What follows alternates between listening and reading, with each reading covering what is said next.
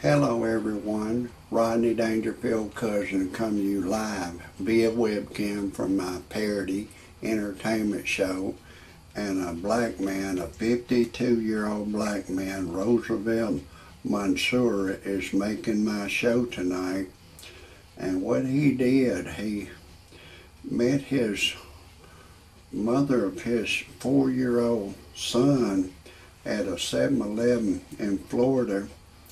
And the son, he was supposed to exchange the child with the mother, and he went crazy. He had a red can, and a red colored can, and he threw some gasoline on her, and she ran in the 7-Eleven for help. He eventually set her afire. You're going to hear the rest of the story after I tell you my disclaimer. Some of the names have been changed to protect the innocent and the guilty, and some of the pictures have been changed to protect the innocent and the guilty, and everything in my parody entertainment show is a parody. Do not take anything I say seriously. Do not try anything I say, and do not take anything I say personal. Do not try anything I say at home. If you do, check with your attorney first, and still don't do it. I am a professional. No amateur should ever try anything I say, and everything in my parody entertainment show is fictional, it's science fiction. It's all make-believe, and my whole show is for entertainment purposes only, and everything I say cannot be verified. If for some reason you disagree with my disclaimer, right now is the time to get your happy ass off my channel immediately. I don't want you to hear a thing I gotta say. And that's your final notice from me to you. Now let's get back to this African American. His name is Roosevelt Mondesir. And what he did, he hated the mother of his 4-year-old son, and they were supposed to exchange the child at this 7-Eleven, and she drove up in her Mercedes, and he drove up in a Jaguar, and then he doused her with some gasoline, and she run in the 7-Eleven. She was trying to hold the door closed, but he was powerful. He drug her out of the store and threw more gasoline on her and set her on fire. And the video surveillance camera caught it, and she was rolling and taking her clothes off. She was rolling, and he took off running, and he was hiding in some bushes. And the police was called over there. He left his Jaguar at the station beside her Rolls Royce, and the police finally caught him, and he got burned too in that crazy rampage that he was doing, and they took him to the hospital. Now he's in the Palm Beach County Detention Center, and he's expected to be charged with some serious charges.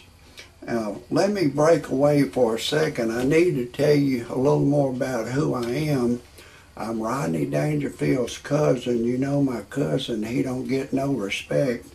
And I've seemed like after he passed on, the monkey jumped on my back. I don't get no respect. Everywhere I go, I don't get no respect. I'm 64 years old now. I went to buy me a pack of cigarettes, and there's a bitch boy behind the counter. He carded me for ID. I said, hey pal, I'm 64 years old. He carded me. Then I went to get me a 6-pack of beers. Another bitch boy behind the counter, and he carded me for ID. I said, hey pal, I'm 64 years old. Bitch boy still carded me. Then I went to a family restaurant. There's another bitch boy behind the counter. Do anybody know what bitch boys do? For right now, I'm just going to say, figure it out for yourself.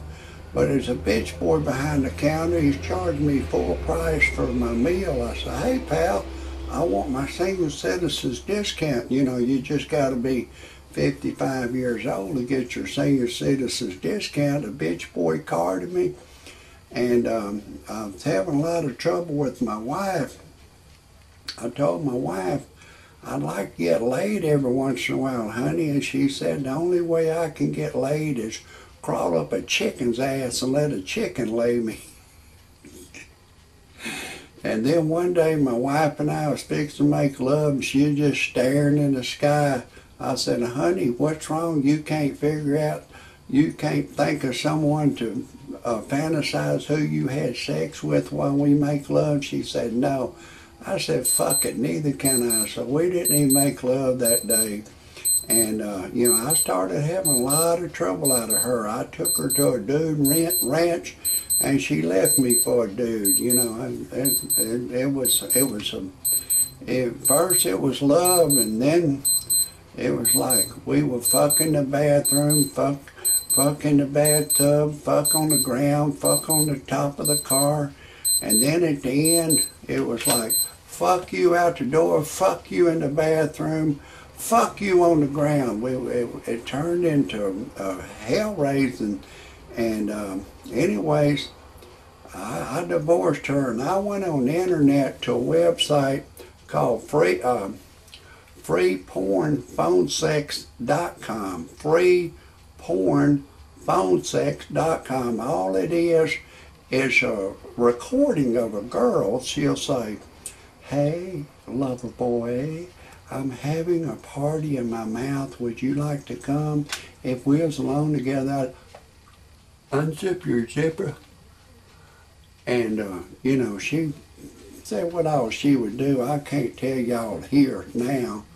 But all it was a recording at freepornphonesex.com. That's all it is a recording. But I have to admit, it got my ding-a-ling excited, so I called a live service, and she said my voice was too ugly for her to talk to over the telephone. And then I needed to generate some money, so I went to another website called freebuyselltradeanything.com. And on that website, you can put anything you got for sale that's legal on there: car, truck, boat, motorcycle, computer, air conditioner, anything legal you have for sale, you can put it on there free. And once you put it on there one time, and they keep reposting on the Mars calendar indefinitely until you sell it, don't cost you anything to put it on there. So my brother bought a 55 Chevrolet back in 1955 for $1,850. He drove it for 20 years. Then he gave it to me, and I drove it for 20 years. It'd been sitting up on the old family farm for over 40 years. And I put it on that freebuyselltradeanything.com for $3,000. He bought it for $1,850, and I sold it for $3,000. And you know, then after that, after I divorced my wife, I put ad. They got a personal section on there as well, and I put ad in the personal section, and I was looking for a young girl to go to church and pray with me, and a young white Caucasian girl answered the ad. She's 21 years of age, and we make love 3 or 4 times a day. I've impregnated her. She's pregnant with my baby. And we're engaged to be married, and our love is great. She's always asking me, do you love me anymore? Do you need me? Where are you going? When are you coming back? I mean, it's great love, and I don't mind answering to her because, you know, I know she really loves me. If anybody has any comments about my show, I appreciate it if you're typing underneath. If you have any criticisms or anything you want to say about my show, or anything I just said. And if anybody wants to watch any more of my shows, you can watch them here on YouTube by typing in Rodney Dangerfield Cousin. That's going to be a wrap for today. God bless everybody.